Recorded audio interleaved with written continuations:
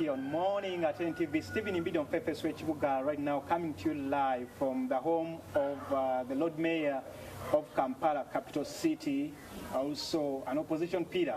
We're talking about him being the Vice President of FDC in the Central Region, or call it Uganda region, as well as the Vice President of the formation known as the People's Government. And also, you could say he's a Kaunao, a survivor.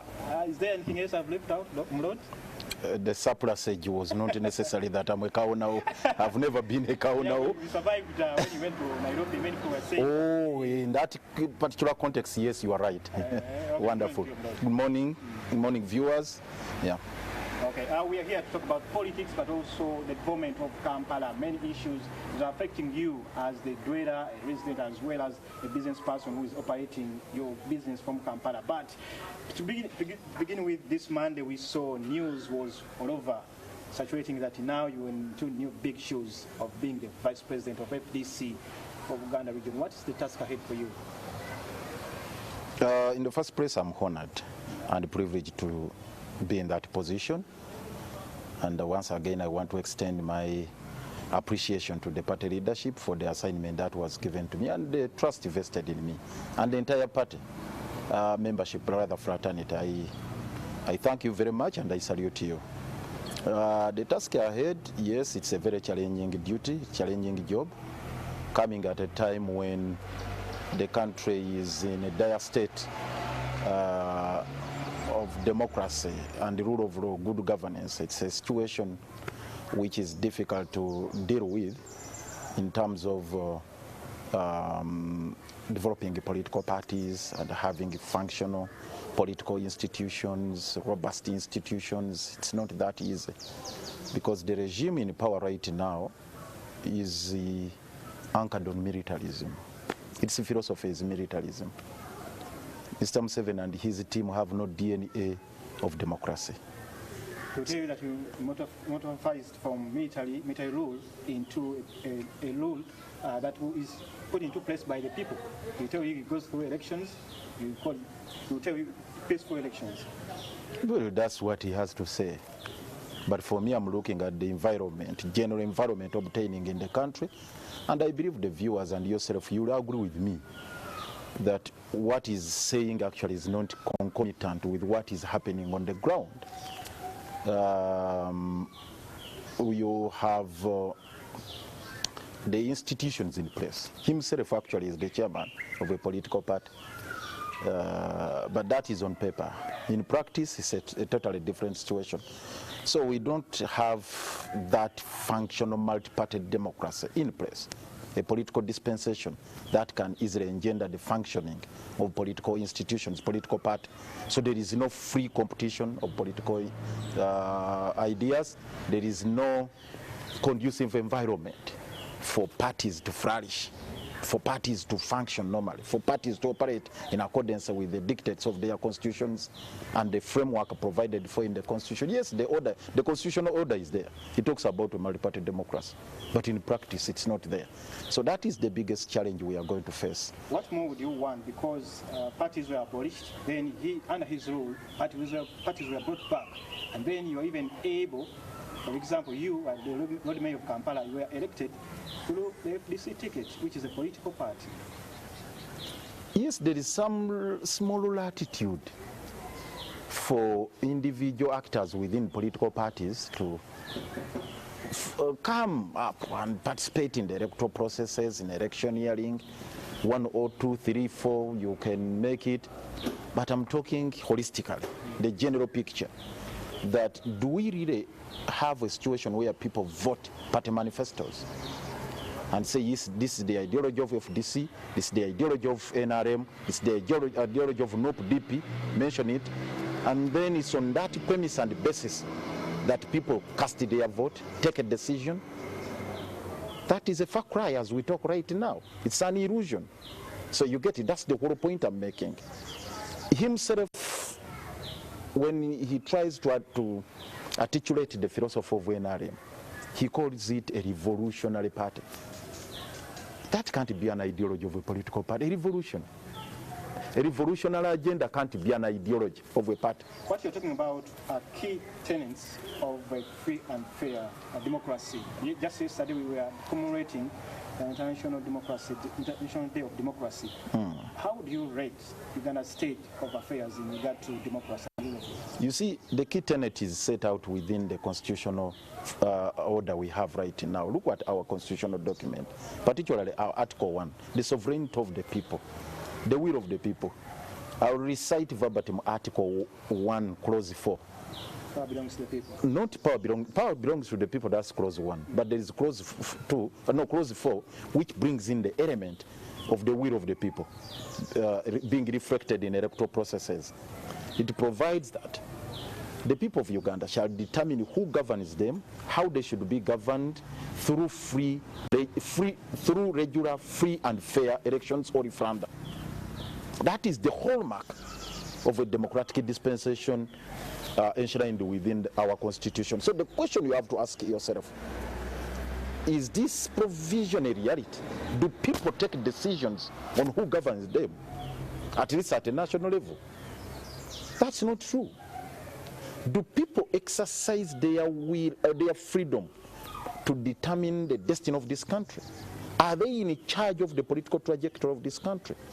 That's why time and again, now going back to the people's government, where I also serve as deputy president, we have always maintained that the sovereignty of the people was long subdued by the regime in power right now, a cabal. I'm sorry to use that strong term, but for lack of a better word, that cabal has usurped the people's will, the people's power and sovereignty, and we are under captivity. That is the whole point. The road seems to be not a smooth one for you as the new vice president for Uganda, especially going by the political lenses of the just concluded presidential elections and parliamentary, as well as even the local council elections, especially in this central region.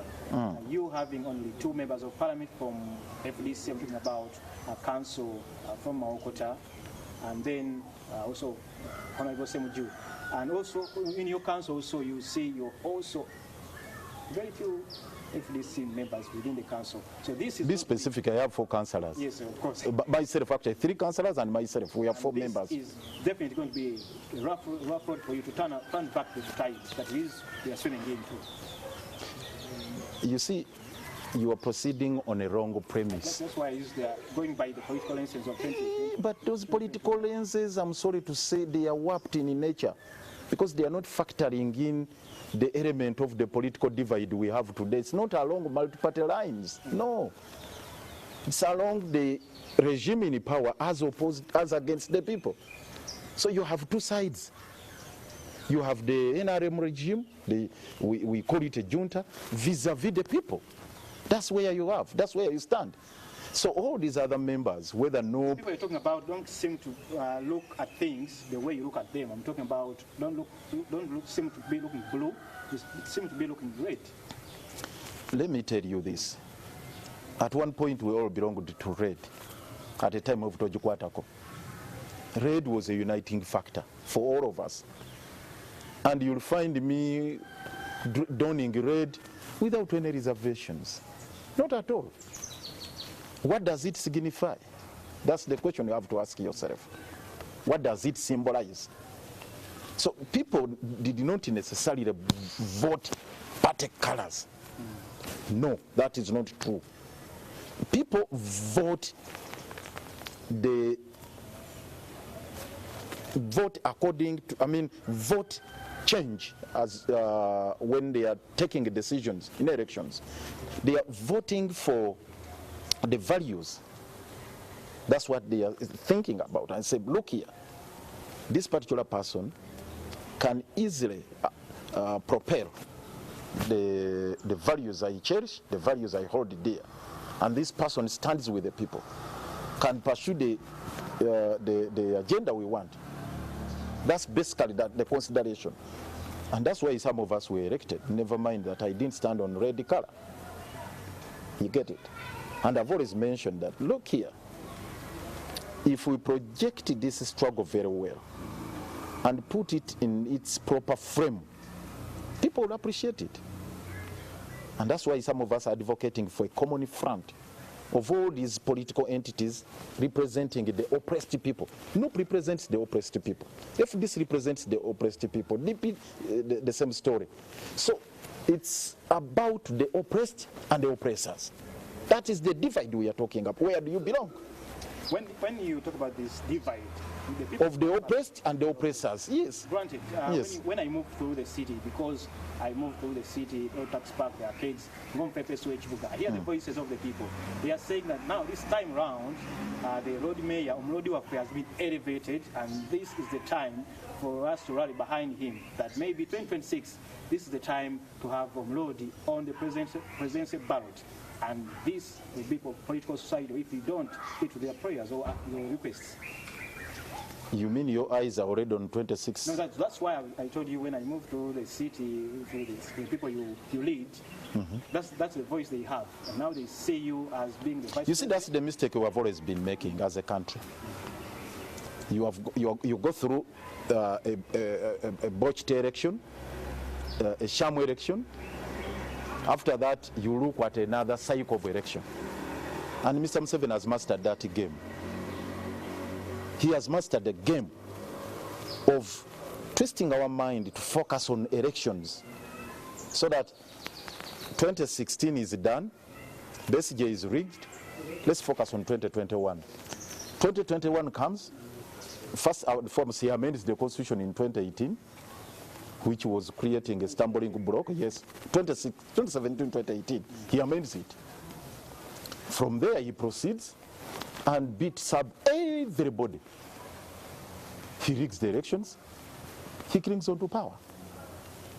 So unless there are supervening factors or an act of God right now for him not to make it to 2036, should I say God forbid?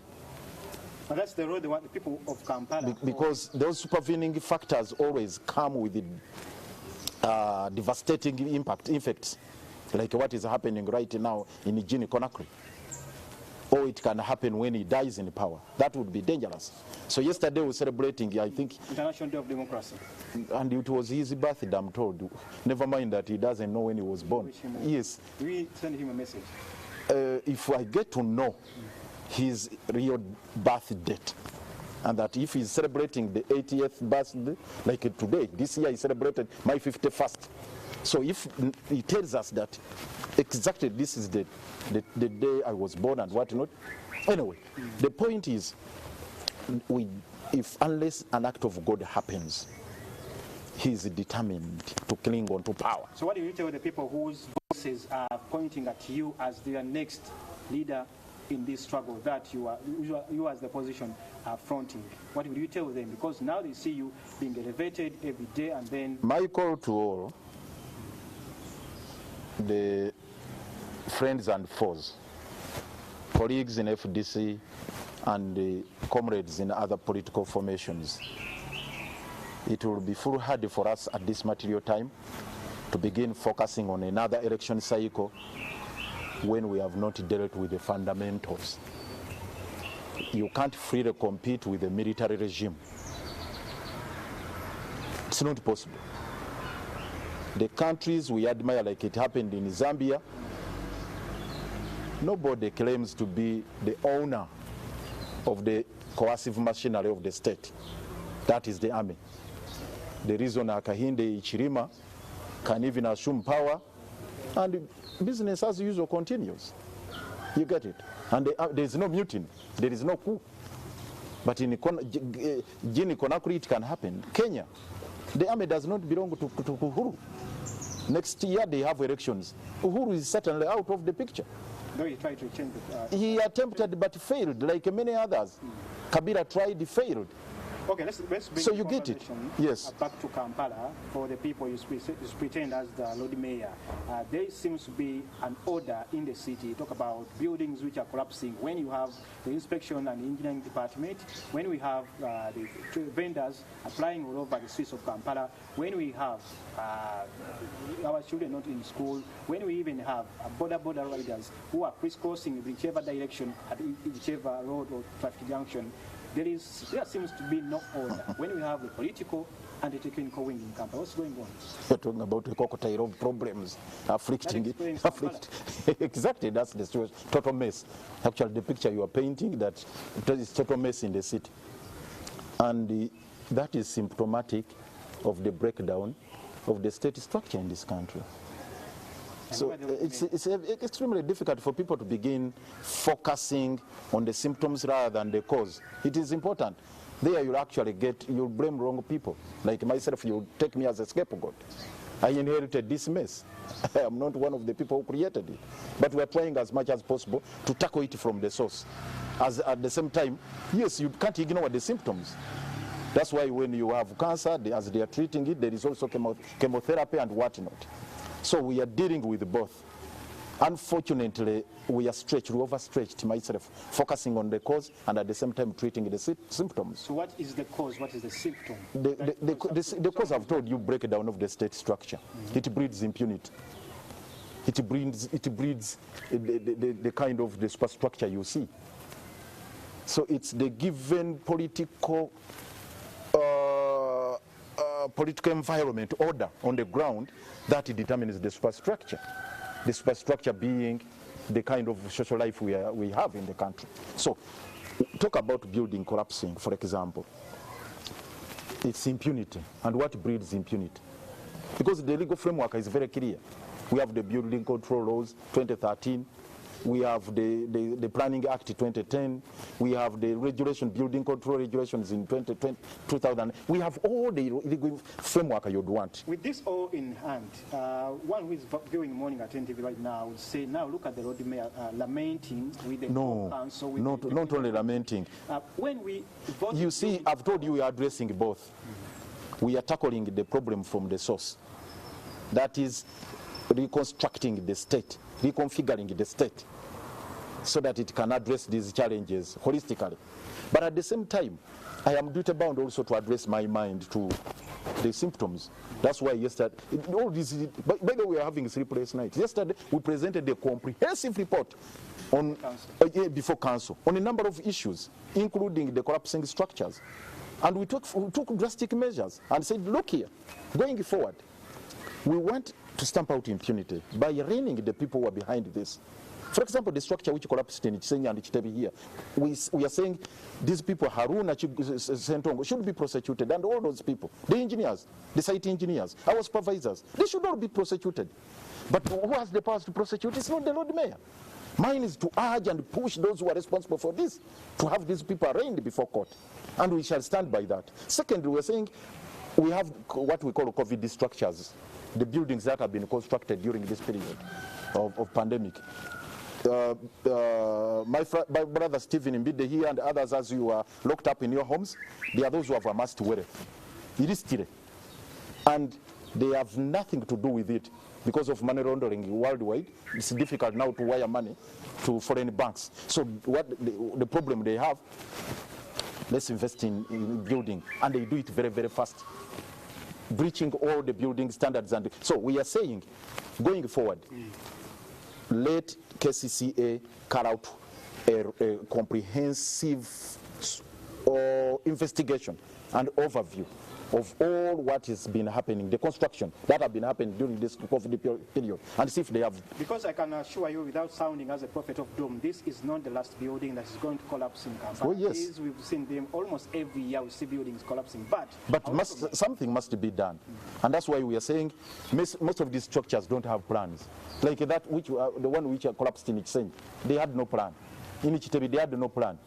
In Machindi, Ekeresia zone, in Nanganda Rukuri, most of them don't have structure plans. So what we need to do is to tighten the belt, to tighten the noose rather, tighten the nuts and bolts and whatnot, as we are fighting to reconfigure the state. It's not only the civil and engineering weakness that we see in Kampala, but also it's a chain. It's a chain. Yes, I agree. 2 weeks ago, you held a meeting with political leaders, and of course, the technical wing in Kampala, and you were talking about the future of Kampala. One of the things that are mind-boggling for Kampala residents is the issue of transport. Many were thought they could have public transport, efficient public transport. You see, government is trying to say these should be the no-go zones for border borders, but still, taxis, buses, border borders, this could completely explain that this is totally in disarray. But do you know the reason why we always come out to lament and decry the poor state of affairs in Kampala? It's because we always want to focus, I've said, on the symptoms. And for me, I have resisted the temptation of taking my mind to that direction. To my detriment, by the way. There are those who have insulted me. They have accused me of being a stumbling block in the way of development. But look here, it all starts with a blueprint. And that's what I've always said. Now, Mbide, let me tell you this. Do you appreciate the fact that we do not have a structural plan? And we have struggled. I've always mentioned this. Let's have a structure plan. It's that structure plan, that blueprint. I remember you developed a Kampala master plan. No, it is not there. We got a report from consultants from Israel and South Africa. They presented a huge report. We have it. We started building a plan out of it in a phased manner because we agreed and said, since we don't have enough resources, let's do it in silos. And we divided the Kampala into 25 precincts. So, up to now, we are yet to get adequate funds to finalize even the precincts that were done. And as we are progressing, then we get disruptions. The people who are doing this, for example, we had very, very resourceful people like, there's a lady called Bernadette Sanyu who was in the case spearheading this, and many others. They were laid off. So we have a problem administratively, structurally, financially, and otherwise. So we need to tackle those ones. The other thing is about the multimodal transport plan. You are talking about a border free zone. According to which plan, or according to somebody's whimsical thinking? You know, this whimsical structuring of the city is not sustainable, it's not feasible, so it's not tenable. For a Kampala dweller, looks at the markets which are not even organized, looks at the roads. As we wind up this conversation, we want a well-structured, well-organized city, just like in many other cities, wherever you travel, you are an adequate... Where do you start from? Then you support me to come up with a blueprint. Let's put efforts there. What do you need for the Kampala to have that plan? There is no money. Developing a structural plan has not ever been considered by this regime as a key priority. They are spending money elsewhere. So right now, we do not have resources. All we are doing are quick fixes. The only money we got is to develop a strategic plan. A strategic plan is different from a structural plan. Because a structural plan is about, the way it sounds, it's a master plan anyway, about neighborhood planning largely. But a development plan, a strategic plan, the 5-year development plan is a socio-economic development plan. That one is about socio-economic transformation of this. It's not about structural transformation. And these two are important. So now, we have the one for socio-economic transformation. Unfortunately, it's not anchored on the structural transformation plan. And what we are doing, the one for socio-economic transformation, the strategic 5-year strategic, it requires 7 trillion. 7 trillion. For the next 5 years, 2021, this year, 2025. And every financial year, they are supposed to give us 1.5 trillion. Can you imagine? Our budget right now is not even a half of what is required every financial year to build the city you want, so that we can have the infrastructure you have, the what. But a few things that have been done, courtesy of the development partners. You can see the infrastructure, ADB, KDIP, and also this one of JICA, the flyover project. Okay. So those are the few ones. But we need investment in solid waste management so that we can transform garbage to power. Thank you. In status, can just speak to the people of Kampala, your next plan in this 5-year term. Shall we see the things happen if you really get this money and all resources you need? Shall we see, you even think you get this money? 30 seconds.